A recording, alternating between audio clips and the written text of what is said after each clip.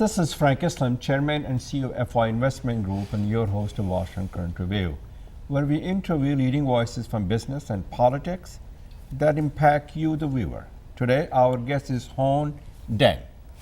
Thank you very much for coming here. Nice to meet you. Yes, well, thank you for having me on the show, Frank. Yeah, so as I understand, your parents came as a refugee from Vietnam and escaped the brutal dictator regime of Vietnam to come to America. So tell us a little bit about yourself, your story, and your journey. Sure. So I was born in Vietnam, and so during the end of the Vietnam War, my family came to the U.S. as Vietnamese refugees. And it was a harrowing story because we were actually evacuated by the U.S. military just 48 hours before the fall of Saigon. And so this was 1975. So you're the beneficiary of America's kindness and generosity. Oh yes, absolutely. I would not be here if it weren't for the of America and for the wonderful Vietnam veterans who helped to get us out of there. These are the values that binds us together as an American. Yes, I'm very grateful to America for acting, to get a lot of evacuate a lot of us out there, and of course taking in a lot of refugees after that as well. So you came here, then what happened after that?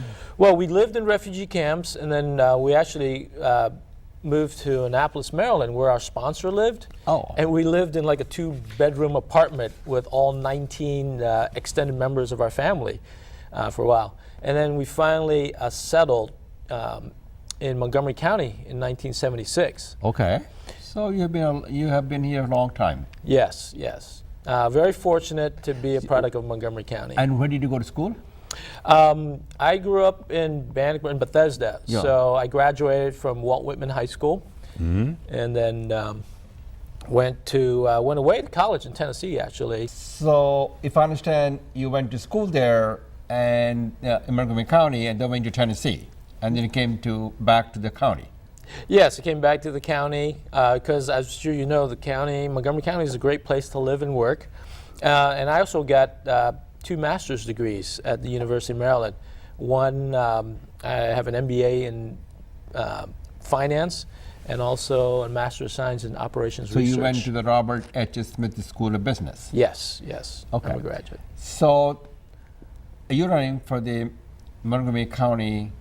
What are you running from in Montgomery County? I'm running from the Montgomery County Council at large. Okay. And there are 4 seats. So the top 4 get elected to the council. And they're vacated by Leventhal and Hans Rimmer and who else? Bill. Well, it's and Hans is running for the county executive. Well, Hans is an incumbent. He's actually running for re-election on the county council. But Mark Elrich and also Nancy George Fleury Leventhal and Nancy Fleury are the 2 who and Bill term limited. Well, Bill is he's running for county executive. Okay, so is this your first time you're running for public office, and why? Yeah, I actually ran for state delegate, the Maryland House of Delegates, so you back got in some 2010. Experience. Yes, although I was unsuccessful back then, I learned a lot. And I applied a lot of those lessons learned early in this race. And so that's why, coming into 2018, I'm one of the top candidates out of 30 candidates. But you still have a competition. Oh yeah, it's very competitive. It is. So, it's important that we keep working hard. And so what will be your platform to improve the Montgomery County? What are the issues that you focus on? And what do you hear from the people in the county? What do they care about most? Sure. Well, as you know, Montgomery County it's a great place to live and work, but we still have a lot of challenges. So tell me a little bit about the challenges and what are you going to do to solve those challenges? Sure. Our population has almost doubled in the past 40 years since I've been here. So that's led to overcrowded schools, horrible traffic congestion. And now we have a stagnant economy right here locally, and we're facing the threat of diminishing resources from our federal government. And And also because of the current political situation, we have a spike in hate crimes. So, I'm running. So you can say traffic, education, and then traffic, healthcare. education, Healthcare, economy. job and Yes. economy. Yeah. Okay, go job ahead. and economy. But I'm running because I want to ensure that Montgomery County remains a safe and welcoming community for all residents. And if elected as the next county council member, my top 3 priorities were what I call JET: jobs, education, and transportation. JET. Yes. Very JET. good. Job, education, transportation. Very well said. Yeah. So in terms, we need to create more good-paying jobs in our county. And how do you go about making it more business friendly so the people can come over here, and also you can retain them and you can attract them? Yes, that's a very good point. So I think we need, as a county, to become more business friendly by providing better services to our small business owners, and we need to partner with them. In terms of helping them understand the regulations and navigating through the maze, so that they can focus on their business and growing their business, and that will help us create more good-paying jobs. In terms of education. And what about the thing which we hear from small business, access to the capital? Mm-hmm. And getting money from the bank is a difficult task for the small business. Right. So is that something you're thinking about? Yeah, I think helping them out. Yeah, I think writing their business plans, helping them out to go out and get their loan from the Small Business Administration, also from the community bank as well. Yeah, I think it's important that we provide the resources to help, because if you're a small business owners, you're not going to have a staff. You're not going to have an expert on compliance or an expert on how to get small business loans and all that. So it's important for the county to, the county has the resources, to provide those experts that can work with the small business owners and help them in their journey to grow and become successful. Good. So you talk about your political refugees. So how that will impact and have influence on your public service efforts? Well, yeah, when my family moved to Montgomery County, we struggled. But you sacrificed and you made it. Yeah, we sacrificed. We started, but we had to start over. Yeah. We didn't. My parents had 2 suitcases of clothes. Well, I came to this country with $10. Oh, with wow. one suitcase. Right. Well, you're the American dream, right? But we struggled, and we were fortunate to have government services, nonprofit organizations, and wonderful neighbors who helped us. And because of that, we were able to get back on our feet. But going through those challenges and understanding the struggles, I think that's the reason why I've been doing community and public service for the past 35 years. So what do you do currently? Currently, professionally, I work for a federal contractor, and I manage a multi-million-dollar budget. Okay. And I'm also a procurement expert, so a budget expert and procurement expert. That can help you with the Montgomery County procurement? Yes, because we need somebody in the county, on the council, who understands how to balance the budget, but also understand how those dollars are being spent. So with my background, it's definitely transferable, and it actually also distinguishes me from the other 29 candidates who are running. So what separates you from the 29 candidates? Yes. That's a pretty crowded. It's a very crowded field, and I mentioned the top 4 will, in the Democratic primary, will go on to the general election. But in Montgomery County, the Democratic primary is the most important. And when is the primary? It's going to be in June. Yeah, June 26, 2018 is the primary, Democratic primary or primary election day. But voters can also vote before that, between June 14th and the 21st. By mail. They can also vote by mail. Between June 14th and the 21st, they can go to any of the 11 early voting sites in Montgomery County and vote there, or they can vote from home by mail by requesting an absentee ballot, and as long as they mail it in by June 26th, then their vote will count. So if someone wants to get hold of you, work in your campaign, and how would they go about doing so? Sure. Well, the best thing to do would be to visit my website. And what's the name of the website? The website is votedang.com. Okay. So that's VOTEDANG.com. Or they can also call us on our campaign line, which is 240-531-1001. So when you go knock on the doors, and I'm sure you're doing that. Yes. Talking to the people, trying to listen and learn what they're doing, what their concerns are, and how you're going to go about solving their challenges and the problems that they have. What are the common themes that you hear from those constituencies when you knock the door? Well, you talk about JET. What about, in addition to, what about elderly population? What about the other things? Yes, so some of the other issues that I'm hearing about, one is affordable housing. Okay. You know, right now, Montgomery County has a shortage of affordable housing for those who make about $29,000 and less, and that shortage. So is about, low income. Yeah, it's low income. There's about we're short about 20,000 units in that area, and so we need to preserve and try to preserve and increase the stock of affordable housing in our county. The second thing I hear a lot about is people are concerned about the environment. I'm sure climate change, the biggest cause of climate change is greenhouse gas emissions. So we need to do what we can to reduce greenhouse gas emissions and also preserve our clean air and clean water. Those are precious resources that that we need to preserve. So I also hear about concern about the higher taxes. You're talking about the county tax, the property taxes? Yes, the property taxes. I'm sure that the county council about 2 years ago raised property taxes by almost 9%. And so, instead of, and we have great services that we provide, and we do need the revenues for that. But instead of raising property taxes, we should find innovative ways on how we can grow our economy, and so that we can balance the budget in that way.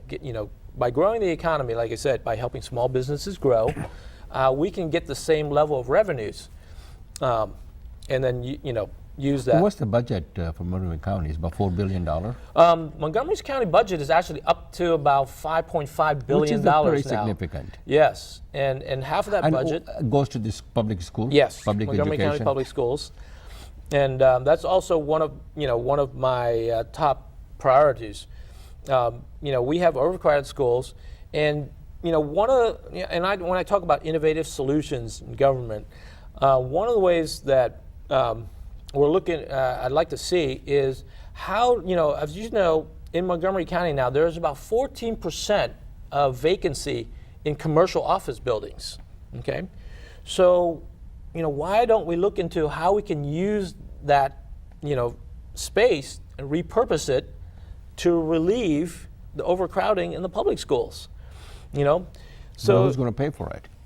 Well, the county has to pay for it. Well, yeah, but rather than building new schools, which would cost, right now I hear we're about $800 million behind. Use, for example, a high-rise building, the 2 or 3 floors. That's what you're saying. Yeah, and repurpose if that's it. The case. Yeah, and it may cost less. It should cost less, and you're leasing it, right? And so it's kind of. But the problem is the leasing will be 4 or 5 years, but it's not going to be permanent lease. You can get a long-term lease, just like a business. I'm sure you understand, having been a president and founder of a business, you can get a long-term lease. You can with the commercial building owner, but it would be a win-win situation because the owners would get have his space filled, but also in addition the county doesn't have to build a new school. Exactly, which when the county or expand the existing school. Yeah, when the county. But you have to retrofit it for the classrooms. Yeah, also. Yeah, you would have to repurpose it, but I believe it would cost less to do that than to build a new school. because when Montgomery County builds a new school, they build it to last 50 years. Yeah. And as you know, the population of our county has changed dramatically from year to year. So we don't know what it's going to be like in 50 years.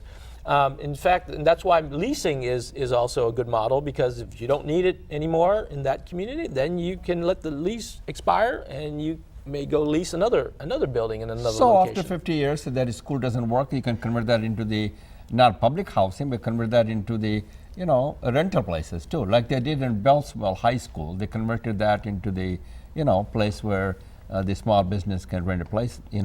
An incubator, and also, right. Yeah, and also they can use it for community, as a community center, for seniors, for example. We have a growing senior population in the county. Take care of the elderly people. Yes. Now, one of the important aspects of Montgomery County is the government, which is the federal government's, for example, the National Institute of Health, the Institute of Cancer. They're the largest employer. And how do you go about to make sure they stay with us? We can provide them a good workforce and skills and so on and so forth. Yeah, well, that's a great question. So I think, first of all, the federal government, we're very lucky to have so many federal agencies are called Montgomery County their home. I actually used to work for the National Oceanic and Atmospheric Administration. Yes, you're talking about NOAA. Yeah, NOAA. Which is in Silver Spring, Maryland. Yeah, I used to be an electronics engineer at NOAA for a number of years, right in downtown Silver Spring. But, federal agencies look for a good, well-educated workforce. Mm-hmm.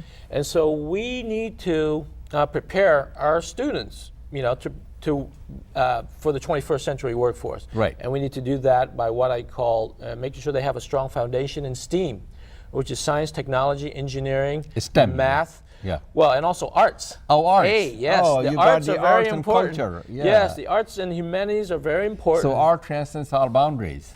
Yes. Art represents the best of our humanity. Exactly. President Kennedy once said, art nourishes the roots of our culture. Yes, and I understand that you were the general board member for the Kennedy Center. Yeah, I'm on the board of trustees. Yes. On the board of trustees of the Kennedy Center for Performing Arts. My wife is a board member for the Washington Performing Arts, Shakespeare Theaters, and many, many other arts and culture centers. Yeah, so you understand the importance of art. So it's not just STEM, because it's important to let students know that art is also important. So that's something that they're passionate about. It's that's something that we should encourage them. Let them exploit their fullest potential. Exactly. Right. So the question. So you talk about the workforce attraction and retention of the workforce, which you talked about it. You also talked about to make sure the affordable housing is there, make sure they don't go somewhere else. So anything else? Yeah. I think in terms of retaining businesses, we need to, constantly. I think it's an attitude change. We need to constantly ask businesses, hey, do you want to come to Montgomery County? You have to ask them. They're not going to, out of the blue, say, oh, I just want to move to Montgomery County. When we meet business owners from around the country, even from around the world, I say, hey, Montgomery County, it's a great place to both live and work. You should consider doing business here, and here are the reasons why. We need to do a better job of marketing our county as a business-friendly Good county. point. But there are a lot of business owners and the business local in Northern Virginia, but they do business in Montgomery County. How do you go about attracting those businesses, but to our county rather than have them work in Virginia? Yeah, well, I think because their customer is in Montgomery County. So your question is they live in they probably don't have the office in Montgomery County, but their office is in Virginia. So the question is, how do you go about telling them you're doing a business in Montgomery County? You should consider opening an office and making sure you're relocating your employees, make sure we can grow with you. Yeah, and I think partners in their prosperity. Right. I think again, it's a matter of tackling traffic congestion is a huge issue, and I think if we can convince business owners to, both locate their employees. And, one of the things that I want to say about transportation is we need to take a comprehensive and holistic approach. We need to invest in, trains, light rail, buses like a BRT, but also roads, sidewalks, bike lanes, but also everything in between, including teleworking from home. We need to encourage these business owners to incentivize them to get their employees to work from home. Maybe for those industries that can do it, like for example IT, or I myself fortunate enough to telework from home at least 2 days a week. Oh, you do? Yeah. So this reduces the traffic congestion. It definitely reduces traffic congestion, and I notice on the days, usually on Fridays, I don't know if you noticed, but a lot of federal government workers telework as well, and the traffic is a lot more manageable on those days. Well, thank you very much for coming to our show, and thank you, and I wish you good luck for the office that you're going to be contesting it, and good luck to you. Well, thank you. Thank you for having me on the show. Yep. And, I just want to say, to summarize, Tell the audience. Oh, okay. Well, to summarize, 3 things about myself is I'm a former refugee who grew up here in the county. I have been doing community service for the past 35 years to help our diverse communities. So I understand the changing demographics of Montgomery County. And third, I'm a budget expert. So I understand how to balance the budget. And if elected as the next county council member, my top 3 priorities would be what I call JET: jobs, education, and transportation. Well, thank you. I hope to earn your vote on June 26, 2018. Thank you very much for coming to show. This is Frank Islam wishing you a great week, and thank you for watching.